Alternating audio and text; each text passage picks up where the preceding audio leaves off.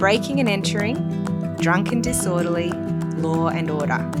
A former prosecutor and a defence barrister, not your usual pairing. And the result? Conversations about crime and punishment that are guaranteed to get you thinking. Welcome to Justice Matters, a weekly podcast with Lizzie Green and Jay Merchant. Our episodes are every Monday on Apple Podcasts, Spotify, and YouTube. Follow us on Instagram at Justice Matters Pod for clips. Enjoy the episode. This episode deals with police misconduct, allegations of sexual assault, domestic violence, and abuse of power. Good morning, Liz. Good morning, Jay. How are you?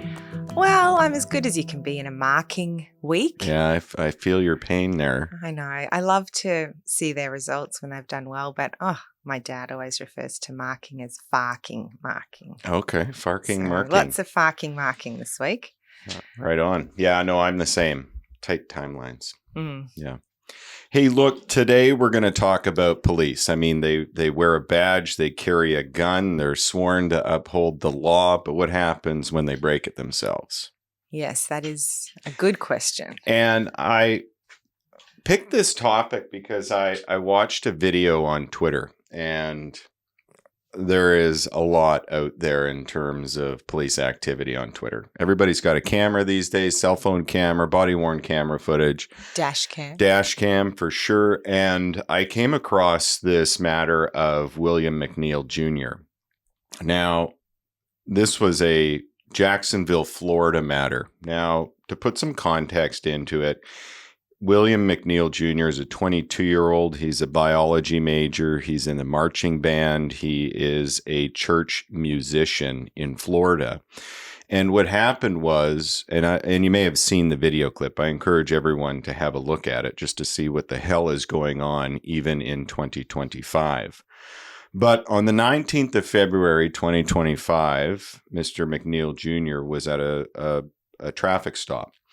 And there was a white police officer that took issue with Mr. McNeel Jr. Sorry, is William McNeel Jr. He's black. Black. Yeah, okay. He's black. He's a young black fella in Jacksonville, Florida. And so there's an altercation on the side of the road whereby a white police officer was striking him in the face and dragging him from the car. Now, what happens is the body-worn camera footage was released. And so it shows McNeel opening his car door to speak to the officer, who tells him he was pulled over for driving without his headlights on. Okay. Yeah. Oh, what time of day is it? It was during the day. But During the day? it was during the day. So why do you have to have your lights on? Well, because it's part of their laws down there, but it's from sunset to sunrise, or in the case of rain, smoke, or fog is what the legislation says. Interesting. So there's a bit of an altercation. And so he said exactly what you just did. It's daylight. I don't need the lights. And the officer took issue with that. And so McNeel Jr. asked the officer, well, call your supervisor. Let's get some answers here. Was he being aggressive? No, he wasn't, but he was annoyed. You could tell that. I mean, Fair enough. It's not as if he ran a red light. If he, was driving erratically, causing problems, there was just a headlight issue. Okay. All right. And so he asked to speak to the supervisor and then closed his doors and he locked it. And then the police escalated. They said they're going to break down the window. He was warned 7 times that he was under arrest and needed to open the door. And then all you see and hear is a police officer saying, all right, go for it. And so seconds later, the driver's side window is smashed in. He's punched in the face and they open the door, pull him to the ground next to the car, striking his face again. And there was a number of injuries that were sustained. There was a tooth fracture, a concussion, a traumatic brain injury, and cognitive impairment and short-term memory deficits. Are you joking? I'm not joking. This is all over headlights. in Jacksonville, Florida in February of 2025. And all of that was recorded. All of it was recorded, which, we've talked about body-worn camera footage being sunlight is the best disinfectant. It protects the police officers, but also can protect members of the public. And here it was the case that the police officer, D. Bowers is his name, made no mention of McNeel being punched in the face in his police report. Oh, what a surprise. So we're actively withholding information. And so what transpired from that is online support for McNeel Jr. in terms of why did this happen? Was there a racial component? And McNeel Jr.'s stepfather, Aaron Solomon, spoke about it. And he goes, we've been through this time and time again. The video made me go back to the moment when I was 22. It hurts.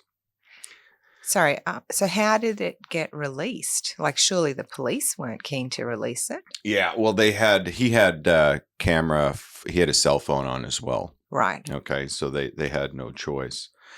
And so his solicitor, a fellow by the name of Ben Crump, was on social media and multiple thousands of views on it. And his tweet was, a traffic stop should not leave a young man needing stitches with chipped teeth, punched in the face, dragged out of his car. Even a former federal prosecutor sees that this is a clear case of police brutality. Absolutely.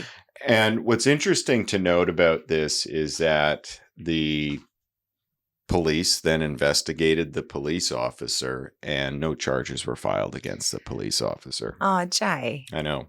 So were there more than one police officer involved? Yes, there was two police officers on the scene. Both engaged in the assault? Yes, but D. Bowers was the one that did the majority of it. And the other police officer was more forthcoming in terms of reporting. And so was there audio with that video? Oh, yeah. And so can you, like, I can't even fathom how it got to that point. Well, I can't either. And to be honest with you, over a headlight, I'm just amazed. But there's no action being taken against the police. No action being taken against the police. So that was Jacksonville, Florida. And I encourage you to have a look at the video because it is bloody horrific. All right. This is a 22-year-old young black church-going musician, a biology major, and it was a complete abuse of power and authority by those police. 100%. But even if he wasn't, all of those I know. wonderful things, yeah. That conduct is still heinous. And my question in my head is, so if there's no action taken, is that because up the chain of the police command, they think it's not a big deal? Yeah. What they said in their media reports, I mean, we don't get access to all of the material, the internal investigations and such. And what they said is that the body-worn camera footage, the footage doesn't show the full picture.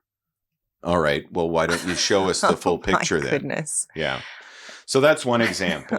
And then in local Canadian example, a police officer was actually sentenced to jail time.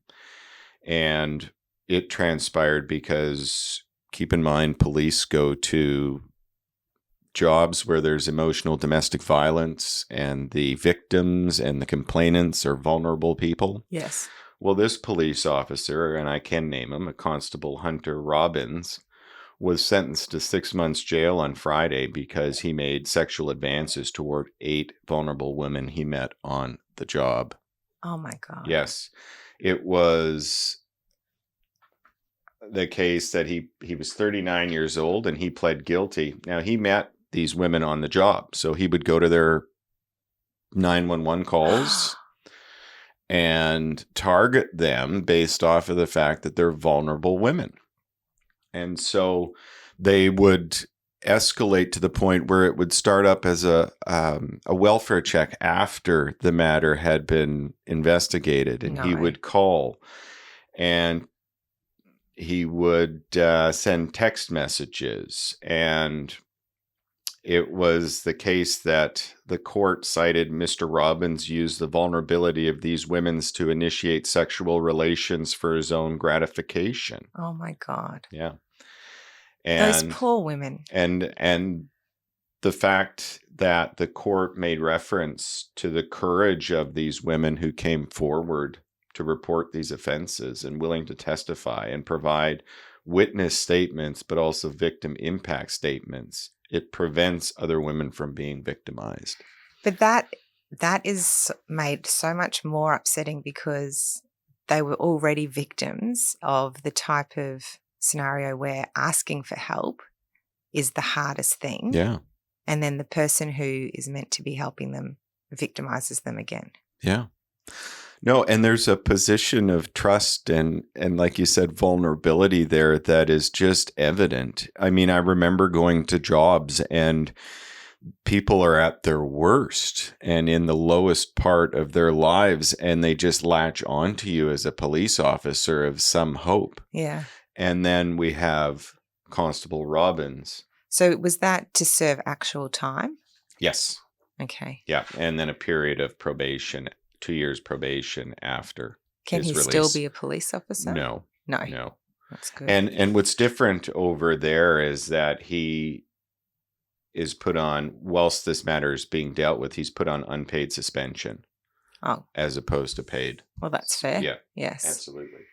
And so I raised those two examples because they're outside of Queensland. But what about here in Queensland? What about police conduct, misconduct in Queensland? And so I thought I'd start out by just telling you a little bit about what misconduct means. And it's a product of legislation. So it's disgraceful, improper, unbecoming conduct of a police officer. It includes unfitness to be or continue to be a police officer, and it does not meet the standard of conduct of community expectations. And that makes sense. Yeah. And so you might be thinking, well, how is it that this stuff gets reported? And obviously, somebody gets beaten up. That person that is beaten up, that victim, can make a complaint. But what's interesting, and I found out firsthand here in Queensland, is that there is a duty on police officers to report misconduct themselves. Their own misconduct? Sure. Or if they observe it or hear it. Well, and that sounds like it makes sense to me. It does, but it was the first time that I've ever seen it written and applied. So here, if you do not report misconduct or disciplinary action, it is problematic for you. It is a disciplinary matter for you itself. So I'll give you an example. Okay. In my very first year constable period, I was very new and I was in the watch house, I'm not going to mention where, and a female police officer just came unhinged on a prisoner. So assaulting. Right. Yes. And so I saw that, and immediately I was like, well, this doesn't feel right. This doesn't look right. I was there. There was no provocation that I could think of. And the person's in custody in the watch house. Yeah. And so I remember distinctly raising it with my senior sergeant because I knew I had an obligation. And I said, look, senior, I said, you might want to have a look at the footage. There was a little bit of action in cell block, whatever it was. But had I not reported that, I would be committing a regulatory offense in terms of the Police Service Administration Act. Well, I mean, I love that you knew that that was your duty and you carried it out. But I would imagine, and I say this knowing that there are so many amazing police officers, but I would imagine there would be a percentage who would ignore that requirement, who would turn a blind eye. Yeah, I mean, if you think about it, there's this blue line, right? And I'm very supportive of police. I've worked with some amazing people, but there are a small number that should not be wearing the uniform. Yeah. And I imagine that my action in that first year was not liked by very many, but I'm glad I did it. Yes. And I would continue to do it. And I continued to do it throughout my career because I would like to think that if something of that magnitude happens, people would understand why I did it. That's right. And did that female officer have any repercussions? I want to say no. See, that's the bit then where I just feel all well and good to have these requirements and duties. But then when you think about the McNeel case, where no charges are laid, Yep. and you hear about stories where there is misconduct and then nothing comes of it, or it's an internal slap on the wrist, you think, well, what's the point? Yeah. No, I hear you. And I think it comes down to the investigation side of things. So we've got the Crime and Corruption Commission on one hand, and then police have their own internal investigative unit called Ethical Standards Command. And that would have been police investigating police. And that's a problem that I have as well. I think because I teach police powers in one of my courses, and we used to go in depth into, in the course of an investigation, if the police use illegal tactics, if they conduct a search without a warrant, if they do an interview without cautions or without their rights, then that can lead to an argument in court that the evidence is inadmissible. But apart from two very limited statutory sections where it has to be excluded, it all comes down to the discretion of the court. And one of the things they weigh up is the seriousness of the crime versus the seriousness and cross of the misconduct. And one of the things they look at is, well, how far up the chain does it go? Like, was this sort of allowed by superior officers, or was it a rogue police officer doing the wrong thing? And I think to even have to have that as a consideration indicates the potential for abuse of power and the recognition that it actually happens regularly. Yeah. I mean, I'll be very candid with you. The majority of matters that I get briefed on are ones where police conduct is in question. So I'll give you a really good example. Okay. And I have to be somewhat careful, but it was a public disturbance type scenario, and it was at a bank of a lake. So at the bank of a lake, there was rocks, trees, and it's a lake, so there's water. Yeah. And what was striking about this matter is that there was probably 6 to 8 police officers there. Now, the person in question had had a few cocktails. Okay, but we have our communication that we work on, and it de-escalates situations. And at one point, one of the police officers literally came unhinged and tasered him in the back. But whilst he tasered him in the back, the fella hit the rocks, hit the trees, and he's in the water. And you can hear him struggling to breathe because he's in the water. And those tasers, they're doozies. All right. And so if we look back at these obligations, Liz, each one of those police officers that were at that location had a legal obligation to report that taser in the back. Because it was unnecessary. Unnecessary. Yeah. I don't know when you would taser somebody in the back, but that wasn't one of them, especially when there's rocks, trees, and water. Yes. All right. Each one of those police officers have a legal obligation to report that. Right. And I'm not sure it was done. By any of them? By any of them. Well, I don't have access, I should say. I don't have access. So it could very well be. But if it ended up in court, you would think that it would have either went away, right? Or something else would have happened. Did the person survive? Yes. Yeah. Yeah. So we've got this duty to report. We have this misconduct. And as you said, it happens. And so part of weighing up evidentiary admissibility, as you said, is talking about how far up the chain it goes. And so when I'm involved in a matter, I go right back to first-year constable training, and I go through systematically all of the training that they have been involved in. Yes. Because it assists when you're trying to have something excluded to put that foundation for the court that has that discretion. Yeah, why did this happen? Why did it happen? And I even go back to the statement of ethics. Every police officer prescribes to an oath in a statement of ethics. And I take the court through and I cross-examine each officer on the statement of ethics, on their oath, just to set that foundation. I love that. Yeah. Yeah. Part of it is police officers have a duty to help those in need of assistance. to act honestly and with the utmost integrity. I will strive for excellence. I will practice self-discipline in word and deed, both on and off duty. I will not misuse my office for personal gain. And the latter is what we see a lot here in Queensland in terms of disciplinary and misconduct matters. I think that's really interesting to hear that there's that statement of ethics. I mean, I think everybody knows about the Hippocratic Oath that medical practitioners swear by.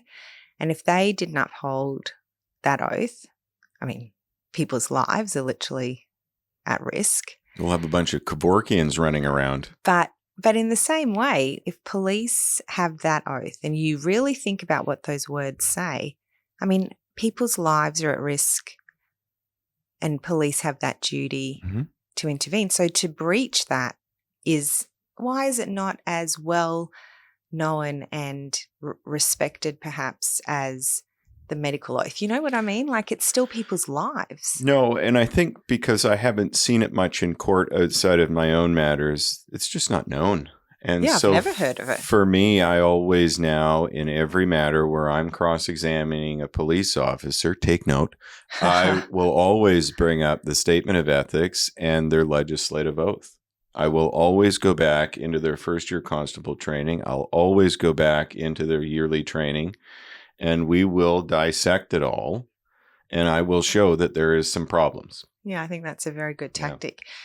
Were you ever investigated? Is that how you learned that tactic? No. Okay, so I learned that tactic on my own, but I have been investigated. Oh. So as I said, there's two streams. You've got the Crime and Corruption Commission and Ethical Standards Command, okay?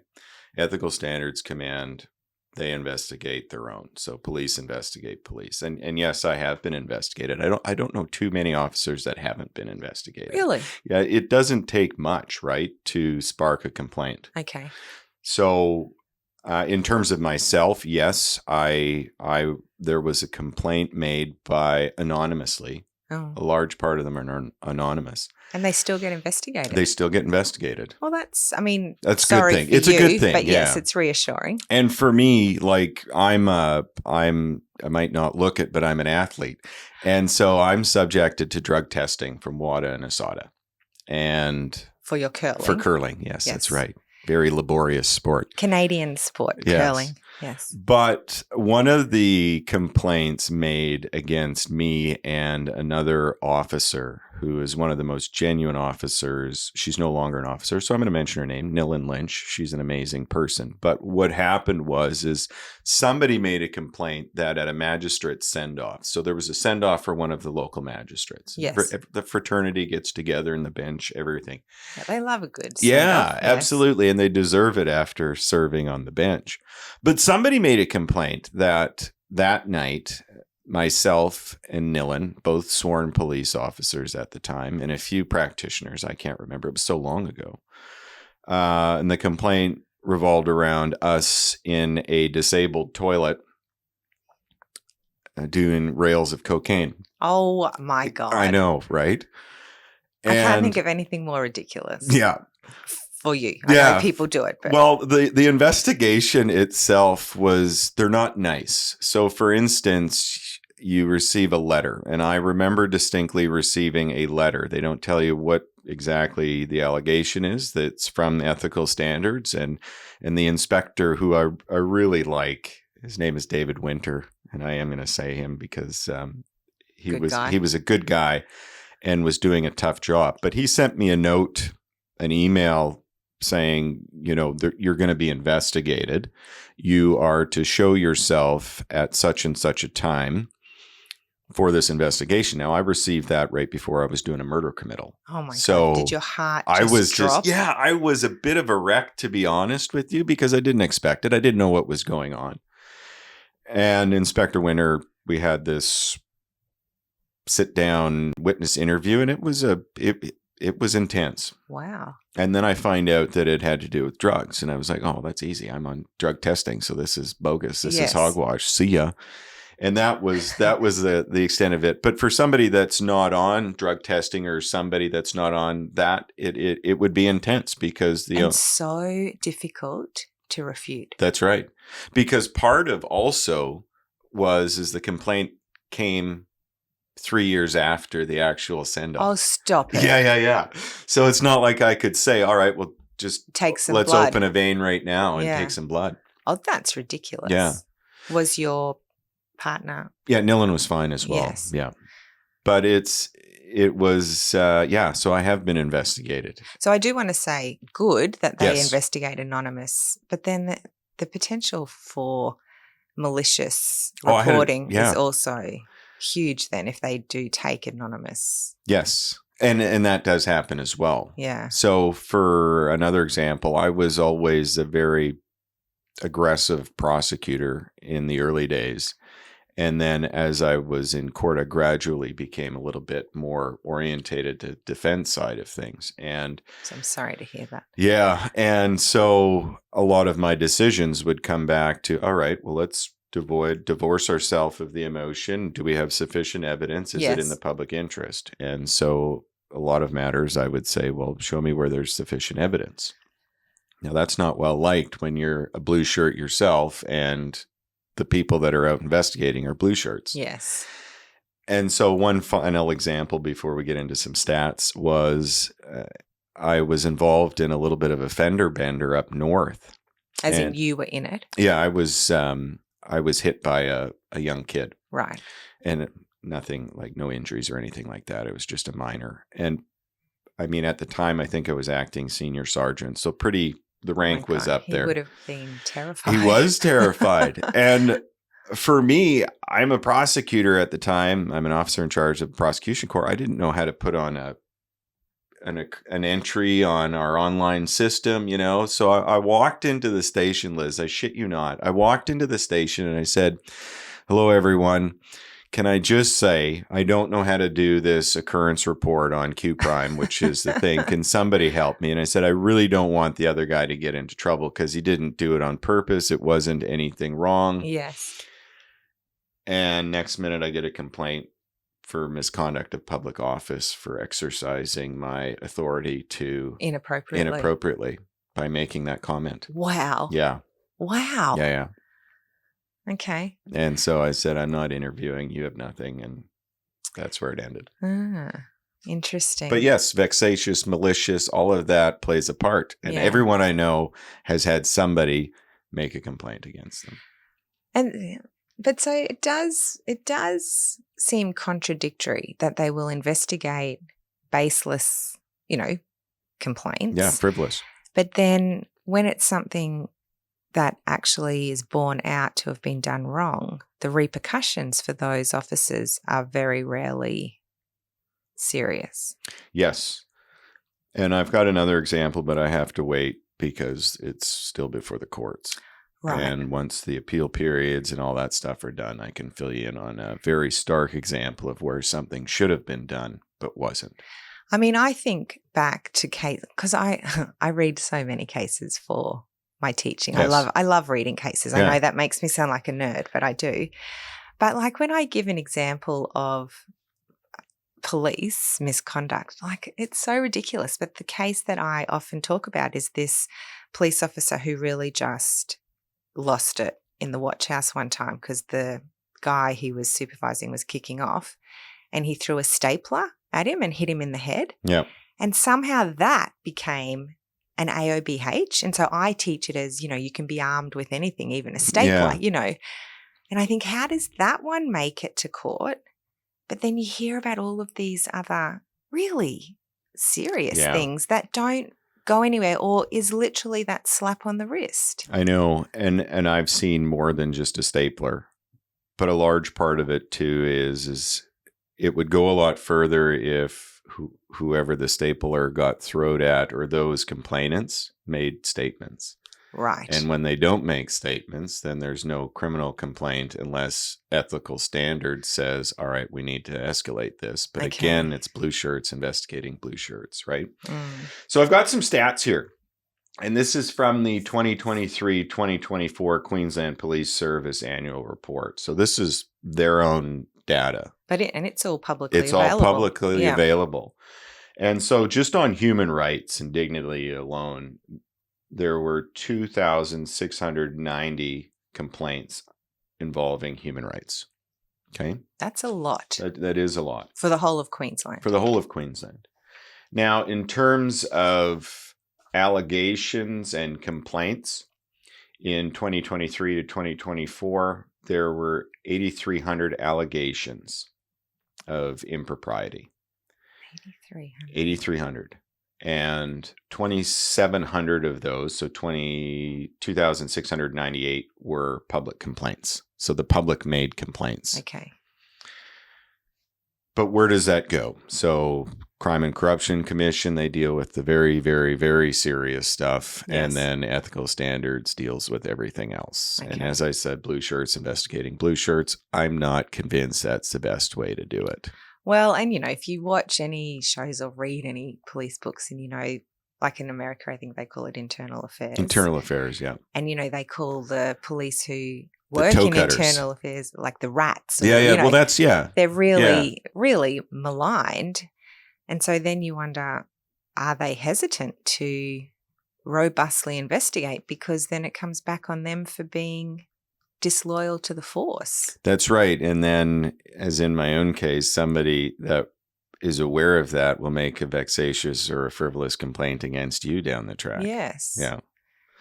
Yeah, it doesn't seem perhaps like the most effective process. No, and I'm not sure it's the most transparent either. So, for instance, there was 2,700 allegations on failure to duty, and they were deemed no further action on 1,900 of them. So, no further action. Like that is, I mean, and look, I would love to think that there was no need for further action, that they were frivolous or vexatious complaints. Yes. But from my knowledge, I know that that's not always the case. I know that no further action is taken in cases where I'm like, really? What? Yeah. So assaults and use of excessive force, there were 689 allegations and 519 no further action.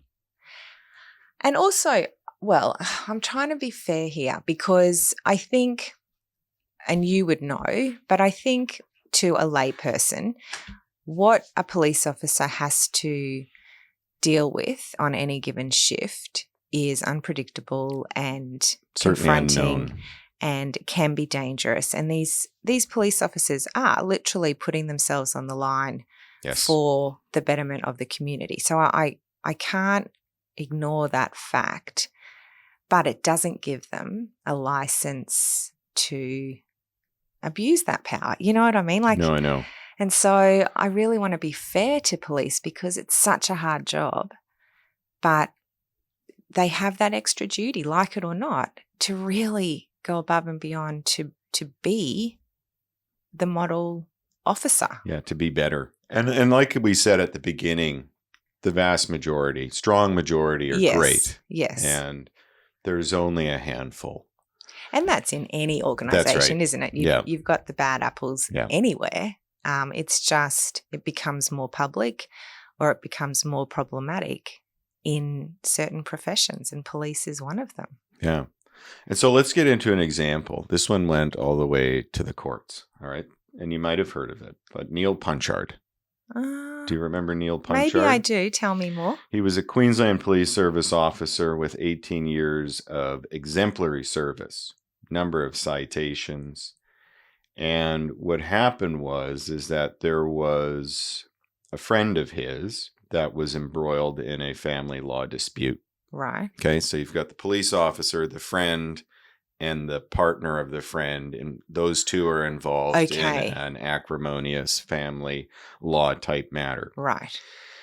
Now, what transpired is that Punchard, in the course of his duties, accessed the Queensland Police Service database, which is a very powerful database. I could pull up every piece of information on you. I could pull up.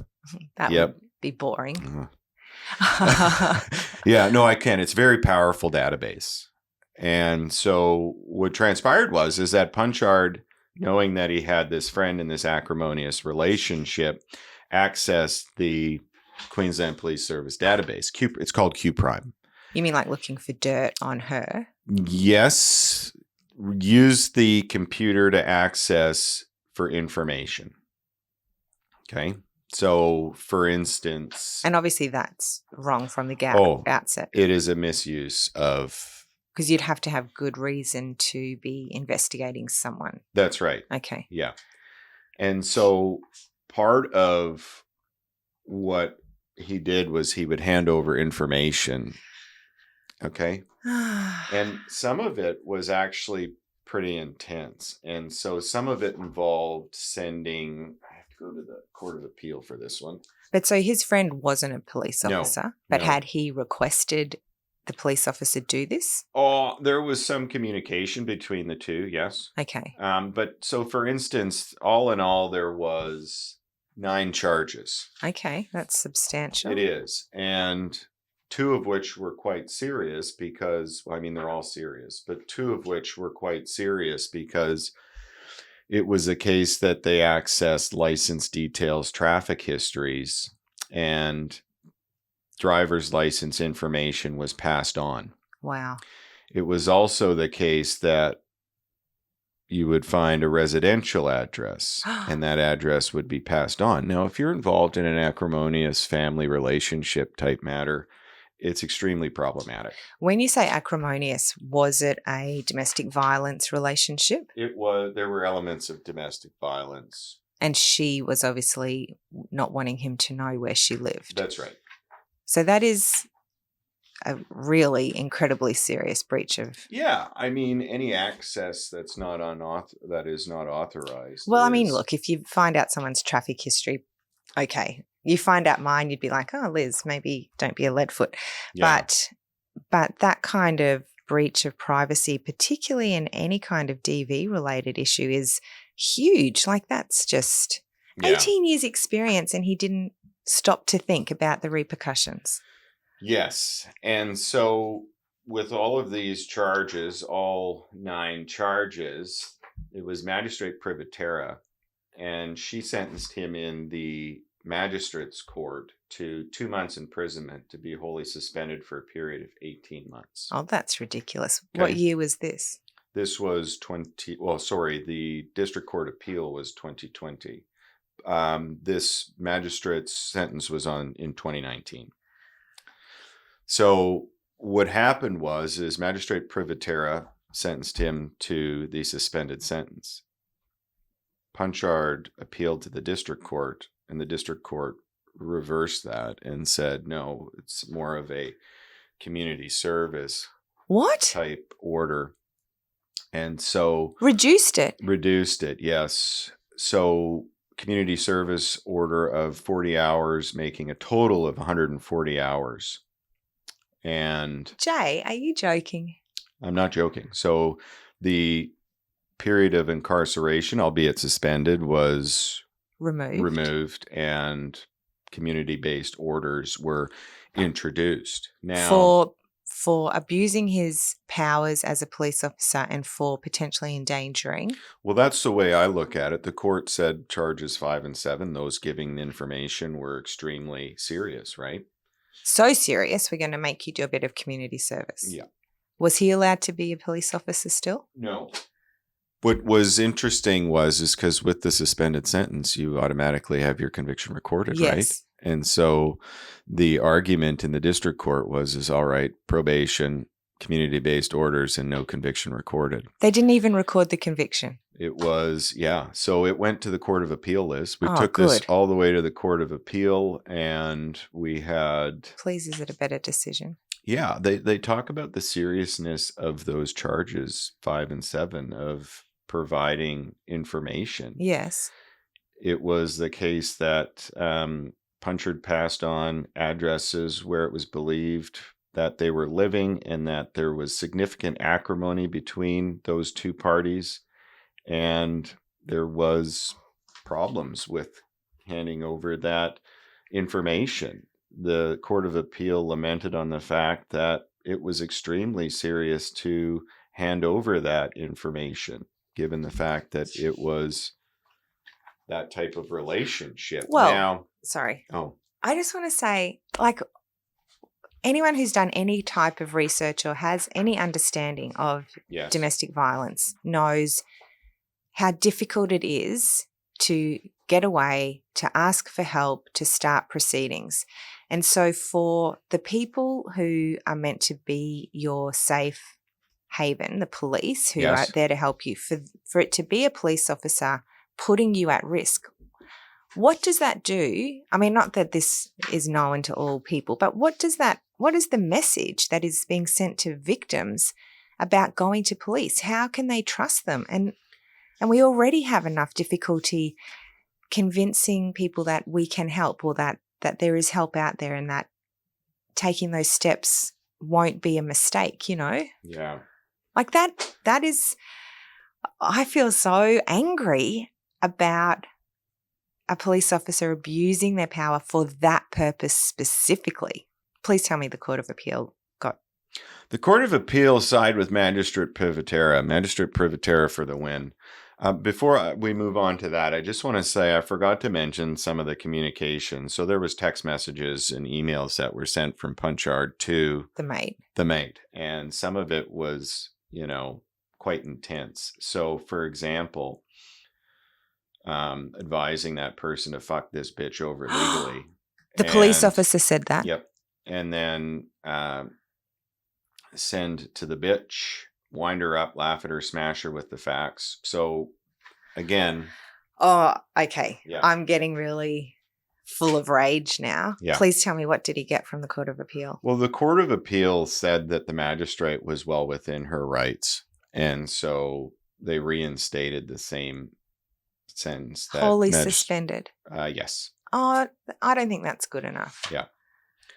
But in the grand scheme of things, it was his first offense, albeit a very serious one.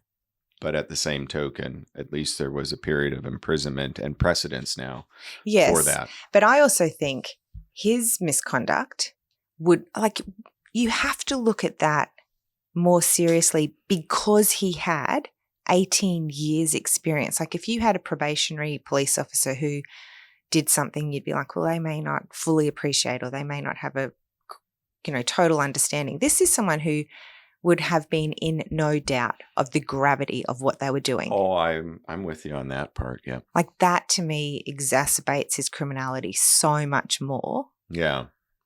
Oh, what an absolute horrible person. I'm trying to think of a word I can say that isn't too derogatory, but that just is why people have problems with the police. Yeah. And I mean, especially in the situation that the couple was in, you know what I mean? So I struggled with that one. That's why I wanted to mention it. Oh, so my goodness me. That's Punchard.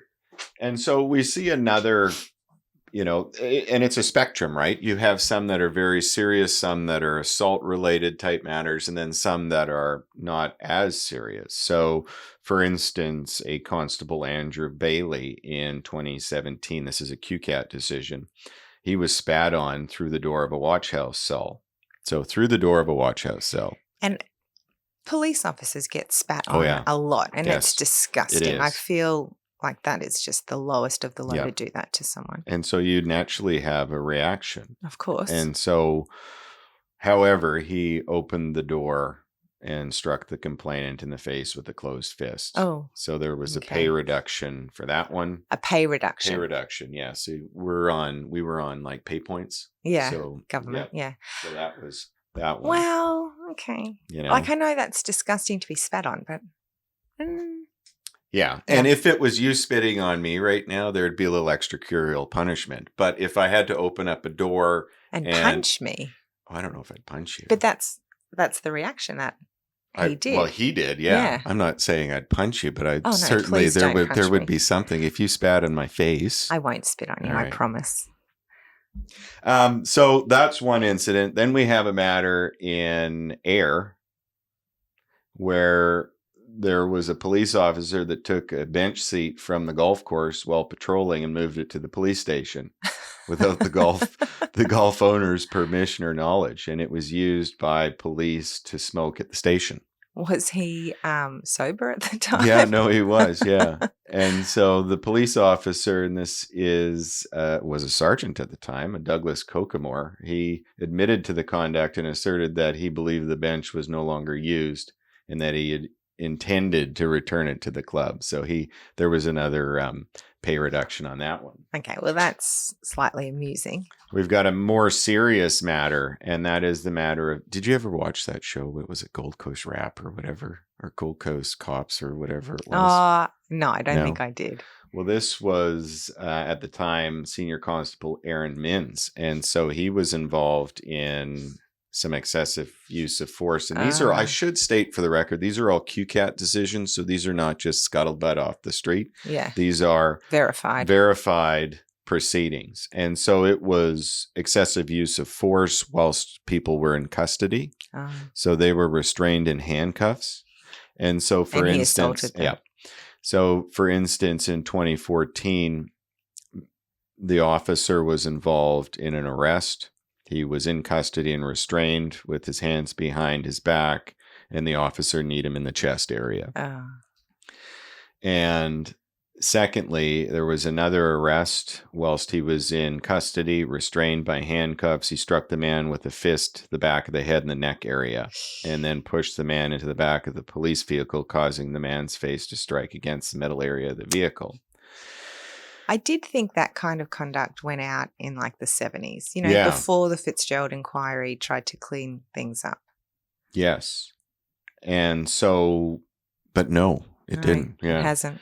So another incident in 2015, Senior Constable Mins at that time was involved in a search warrant. And whilst the man was in custody, restrained by handcuffs, he rushed past the officers who had a physical control of the man. So the man was in control. He didn't need to be involved. And grabbed one of his wrists and dragged him to the floor and struck him with a closed fist to the back of the head. Oh, he's got anger issues. Yeah. Did he get a custodial sentence? No. This is QCAT. This is QCAT. So what happened? It was more so on whether or not he could apply for a promotion. And the answer was no. Well, after a period of time. So then we've got another quite serious one. This is a senior constable of police that in 2017, and this is one where there was an order that the name not be disclosed. But essentially what happened was there was acts of domestic violence, threats to kill another person by the police officers, inappropriate behavior to more junior officers, and access confidential information. He was dismissed as a police officer, but of what his conduct involved was allegations were sending messages to the partner after grabbing her around the throat, lifting her off the ground, saying, "I could kill you right now." Oh my God. And throwing glasses of water over her while she was lying in bed. Smashed a disco ball before knocking over a bar stool while causing her to fall to the ground, referring to her as a slut to her children. Put your arm around a neck, lifted her up around the ground, pushed her down on the floor, pressure on the chest. What year was this one? This one was in 2017. See, that is after the domestic violence offence of choking or strangulation in a domestic setting was brought in. Why was he not charged with that? So this QCAT decision, I should clarify, was in 2017. The allegations were between 2009 and 2012. Oh, okay. So that wasn't a charge. Yeah. Because we know, when he says, "I could kill you," he very well could have by doing that to her throat. Yes. We know that now. Made abusive and threatening phone calls.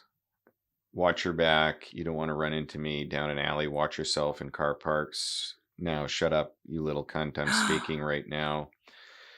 Another time he was working with officers, and I have to say that when I read this decision, I've actually worked with these officers. Oh my So goodness. Murat Oztan and Darko Radonovic, and I've worked with Darko, and he's such an epic police officer. But it was just exercising influence, intimidating Them. them, yes.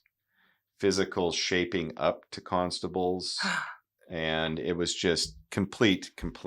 Was he, not that it's an excuse, but was he some kind of addict? Like, he sounds like he had really serious either anger management issues or he was on some kind of downward trajectory because of addiction or something. Yeah, I mean, he made several mitigating circumstantial factors. He said that it was out of character, but it wasn't, because it happened So continuously. through a period of time. His denials showed no remorse, QCAT found. So he just had, So he was dismissed. thank God. Yep. And then the final one, and this is on the, well, I would submit that it's on the lower scale of the conduct of misconduct or seriousness. And this was in 2014 by then Inspector Paul Biggin from Mount Isa. Now, what happened here was in 2011, they were at a hotel with work colleagues from the police station. And one of the colleagues was a female administrative assistant who had sat next to him at the table. And some days later, she complained that Inspector Biggin had touched her on her leg and made inappropriate comments. And one of those supervisors told the inspector about that. But where it turned was the Inspector Biggin, then contacted the manager. So that's who the allegation was against, contacted the manager at the hotel and obtained the CCTV footage from the relevant evening. And he told the manager that he needed the footage because somebody had made a complaint that he had consumed liquor whilst on shift. And that wasn't the case. No. Now, was it? And so he was... What, he took it so he could destroy it, presumably? No, don't know any of that, because he actually passed it on, but it was the nature for which he wanted it in the first place, as opposed to the allegation. So he's just digging a hole for himself. He told the manager he needed the footage because someone had made a complaint that he had consumed liquor whilst on shift. Well, that wasn't the complaint. The complaint was that there was some impropriety between him and a female colleague. And so anyhow, he was cited for misconduct. And in relation to that lie? Yes. Well, did anything come of the poor female complainant? That was unsubstantiated, that matter. So the conduct unbecoming was unsubstantiated. But why doesn't that surprise me? Yes. Not that, I'm not saying it didn't happen. I'm saying I'm not surprised it was found unsubstantiated. Yes. And so QCAT in this decision, I mean, Inspector Biggin at that time said his conduct did not fall short of a standard. And he said if he was trying to defend that conduct and that definition. But QCAT said that he preferred the version and the analysis that Biggin had shown a total lack of insight into his actions dealing with the complaint. Good. And his actions clearly involving himself in an investigation concerning his conduct indicates a lack of understanding of in regard to the importance of the need of transparency in such investigations. Yeah. And keep in mind, this is an inspector. Yeah, so that's... at that time anyways. And so in all of this, Liz, I wanted to raise it because it does happen on occasion, and sometimes it can be very serious and sometimes it can be not so serious. But I'll leave you with this thought about Ethical Standards Command. And I mean, I've investigated for ethical standards. It's probably part of the reason why some people didn't care for me at the time. But yeah, I'd have to provide legal advices on whether or not an officer would get charged criminally or if it's just a disciplinary type matter. But I'm of the opinion that Ethical Standards Command needs to be reformed. Right. That police officers should not be investigating police officers. Yep. And it would alleviate this concern of sweeping things under the carpet, whether or Yes. not they are or they aren't, whether or not they are unfounded, whether or not they are unsubstantiated. And so what actually happens in Alberta, Canada, where I'm from, is that they have a different organization. Oh, yes. And it acts as arm's length from the police and from the government. And it's called the Alberta Serious Incident Response Team. And so it's an independent agency. It's led by a civilian executive director who's a lawyer. Right. So you've got a lawyer or a barrister overseeing it, and there's investigators, and you'd have seconded police officers as well. But the decision is outside of the organization. Yeah, that makes the difference. And I think that this is something that would help alleviate a lot of the confidence problems, a lot of the stats, the unfounded allegations or the unsubstantiated. And I think... And maybe the pathetic penalties. Yes, perhaps there is that too. And so it's a product of legislation, so it'd be simple. Yep. So in the event that my local member, Grace, wants to change something, I will draft that legislation for her. Wow, I think you would do an excellent job. Yeah, that's so interesting. And I guess we want to come back to poor William McNeel at the start. And does he have lasting cognitive impairment? Yes, he does. And I reached out to his solicitor to say, look, do you have any sort of scope? I mean, I hope they go after them civilly. Civilly, yeah. And there's huge punitive damages in the United States. But my concern is that this needs to go to court. This needs to be a finding of fact in court. Yeah. And so what we have over here in Queensland is a private prosecution. So where charges are not laid, there is an avenue for people that have been victimized or a victim of impropriety to look at a private prosecution. So I reached out to his solicitor and said, look, do you guys have something like that over there? And he hasn't got back to me yet. Yeah, that is so wrong. I would like to think we don't have the misconduct to that degree. I would say that we don't. But it's when a whole we do, different scenario in the US. Yeah. As we often conclude. Well, especially when it's still, this was February 2025 that this happened. It's appalling. Everybody's got a camera. What in the hell is going on down there? They just feel invincible, the police, don't they? Yeah. Nothing's going to touch them no matter what they do. Yeah. And so I'm very thankful for the police that I worked with. Like I said, the vast majority, a very strong majority, above board, genuine, hardworking, amazing police officers. And all it takes is one or two Punchards and everyone else. And it just sours taints it. Yeah. Taints it. Yes, I agree with you. The majority are amazing. Yeah. Yeah. So interesting. Thank you, Jay. Hey, thank you. All right. See ya. Bye. Thank you for listening to the episode. If you enjoyed it, please rate and review the podcast. If you're interested in clips, check out @Justice Matters Pod on TikTok and Instagram.